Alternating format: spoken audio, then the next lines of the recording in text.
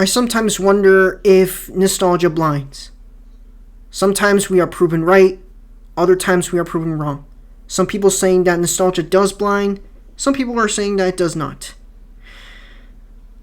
There are some people that are not really that much blinded by nostalgia.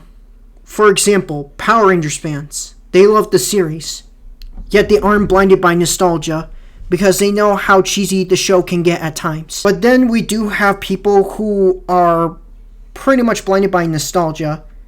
Like, for example, Star Wars fans. Star Wars fans can be pretty toxic and a bit biased on the nostalgia, thinking that the sequel trilogy is superior than the prequel trilogy, and thinking that the sequel trilogy is a lot more better than the prequels, or that the sequels are much worse than the prequels. The prequels were bad, yes, but over time, people have managed to change their opinions on the Star Wars prequel trilogy. The sequel trilogy just basically heavily relies more on nostalgia rather than actual storytelling. It doesn't really give any sense of storytelling at all, and just heavily relied more on nostalgia on the original trilogy and heavy lines from some of the prequel trilogy, which, yeah.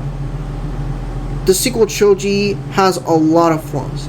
I didn't manage to hate the sequel trilogy at first, but over time, I actually see why the sequel trilogy was so bad in the first place, and how it was meaningless, and that it should have ended with episode 6 instead.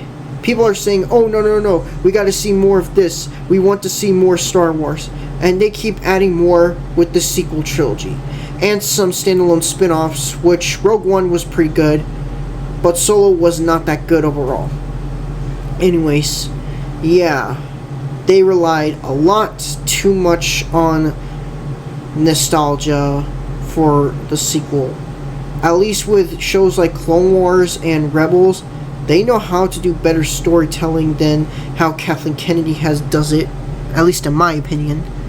Or another thing on nostalgia is with Dragon Ball Z. Fans of the original Dragon Ball Z dub refuse to accept that DBZ Kai, which is basically like a director's cut, re-edited and remastered HD of Dragon Ball Z, is the superior dub to the original Funimation dub, or to the Ocean dub at best. They claim that the casting sucked. They claim that it takes away from the suspense, and it doesn't have like that 90s rock theme towards it. Well, if I may say something, I grew up with both the original English Funimation dub and a bit of the Ocean dub and the Kai dub. It's what got me more big into anime in the first place. Even though Pokemon and Digimon were technically my first introduction to anime. Both Toonami and sometimes 4Kids are both programs that I think for expanding my imagination and getting me into curiosity towards anime. And even having some rental video stores like Blockbuster and Hollywood Video getting into my curiosity for anime as well. I mean, let's be honest. Kai basically is supposed to be very true to the manga, and it's supposed to keep a little bit true to the manga for the most part. And having the original cast returning for the most part was overall just pretty good. And the lines have by far improved, and overall, the way how they cut things, the way that it has tighter pacing for Kai is executed pretty well. It has better pacing, it helps you to get involved into the story, and it does a really amazing job with it. I know that there were some people that didn't really like it, as they claimed that it takes away the suspense and the surprise and the action towards it. And the Dragon Ball franchise isn't supposed to be like this 90s rock dub. I mean, I like the American soundtrack. I like the Falconer soundtrack. But Dragon Ball Z wasn't supposed to be like that. It's supposed to stay true to the manga for what it was. It's supposed to stay true to Toriyama's vision. Let's be honest. Do you enjoy Vegeta screaming for 10 whole minutes? And do you enjoy a bit of slower pacing that sometimes would take it away from the story?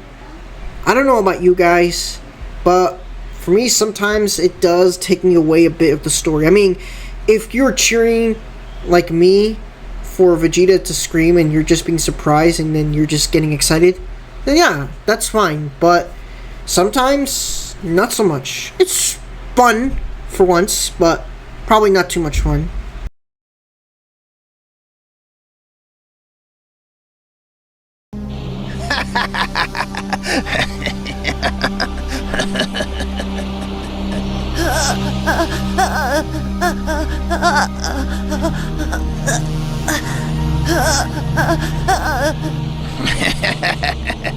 Pop goes the weasel. I won't let you get away with this!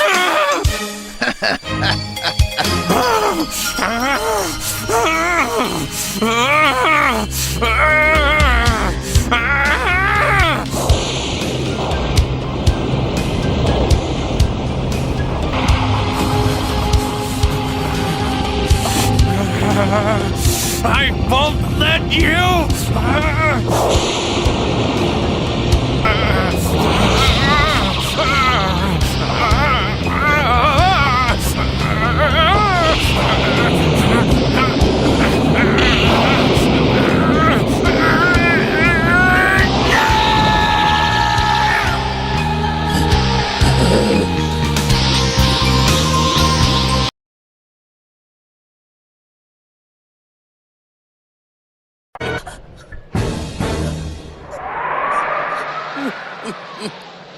I think the brat should go next. You ruthless, heartless bastard!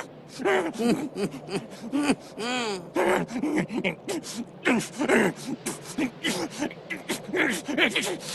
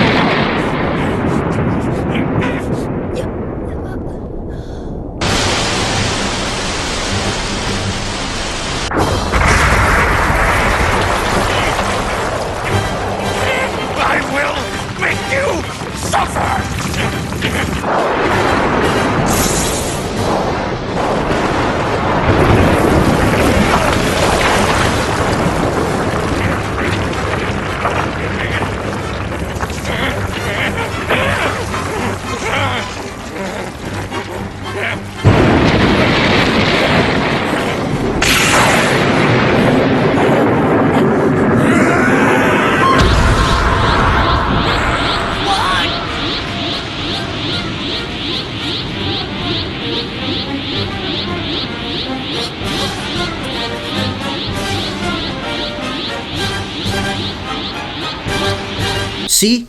Major differences between both the original English dub and the Kai dub. Another example. DC, Batman, and comic book fans in general think that Christian Bale's Batman is the definitive version of Batman. If I may say something, Christian Bale's Batman is not the best. I mean, don't get me wrong, I love the first two Christopher Nolan Dark Knight films. However, I realize some flaws with Christian Bale's Batman.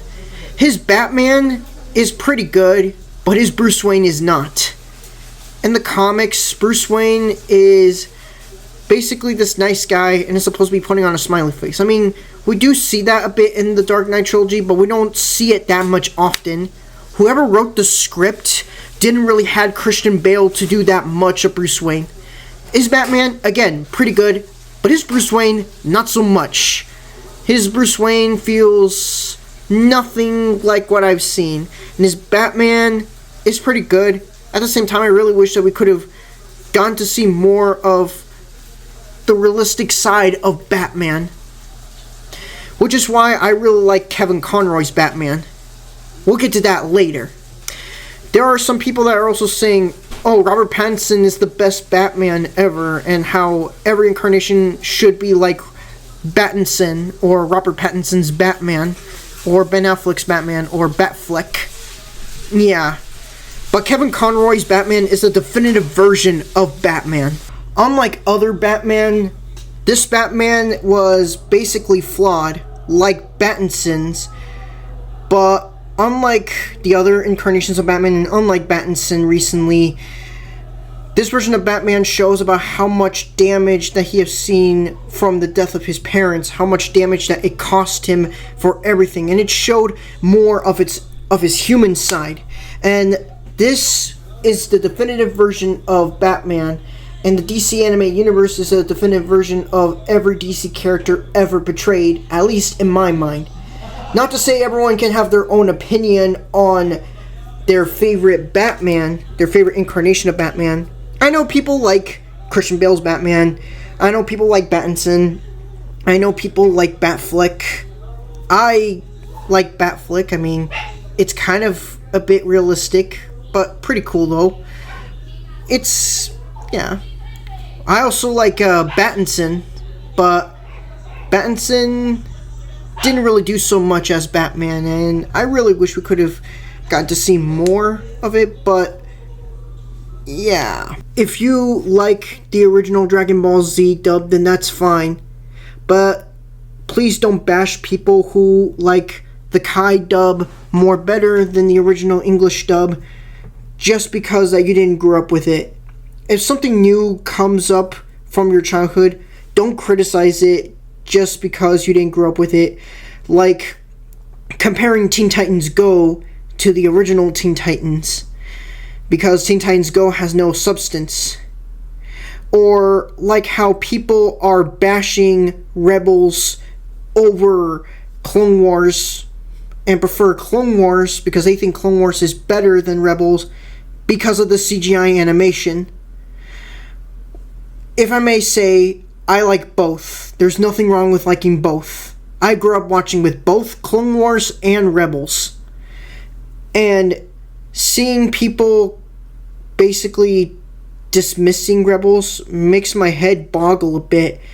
And Rebels, if you basically take out some of the flaws of the animation and just look to see how good of a show it really was and how great it was, even though that it wasn't perfect by any means, and it did have its flaws, with the first season being the weakest, but at the same time, you see how much of a good show it actually was. You see how it really was. There are also some other examples, like how people are bashing Spectacular Spider-Man and thinking that the 90s Spider-Man is better. They think that Spider-Man the Animated Series is better because of the animation style. Again, I like both. There's nothing wrong with liking both. Yes, criticism is fair, but don't bash other people's opinions on what they like just because you didn't grow up with it. Nostalgia is something that we have in our memories to remember the good times, because let's be honest, being an adult isn't really getting any easier.